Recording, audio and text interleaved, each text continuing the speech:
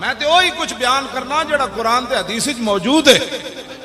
ہاں جی تو بدل گیا تو بہتر کہ بدل گئی شریعت. اقبال بولیا کہنے لگا تو بدل گیا تو بہتر کہ بدل گئی شریعت کہ موافق تدروا نہیں دین شہبازی.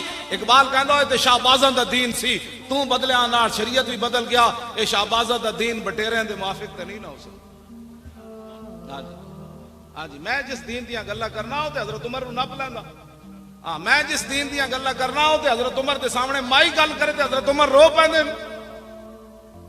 مائی گل کیتی حضرت عمر ملک شام تو واپس آ رہے عبداللہ بن مسعود بھی نال تے مولا علی بھی نال. حضرت عمر فرمان لگے یار تسی علیحدہ ہو جاؤ میں اپنی رعایا دی خبر لواں عمر دے بارے انہاں دا کی خیال ہے. حضرت عمر چل دے ایک مائی بڈھی دے خیمے چلے گئے. مائی ہوری اتنے بیٹھے فرمایا مائی انہوں نہیں پتا مائی نو اے ہی عمر ہیں.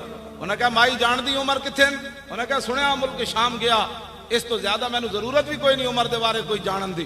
حضرت عمر چونک ہے فرمایا مائی خیر ہے عمر نال اتنی ناراض ہیں. انہوں نے کہا ناراض نہیں ہونا جدوں تو حکمران بنیا میرے خیمے خبر لینی نہیں آیا.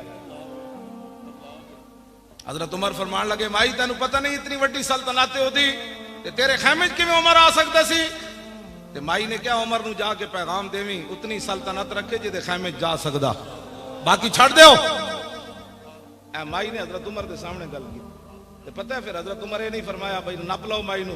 فرمایا واہ عمر. آپ اتنے کھڑے ہو کے رون لگ پے تے فرمایا واہ عمر واہ عمر. فرمایا واہ عمر واہ عمر. اے مائی تیرے نال ڈاڈی گل کر گئی.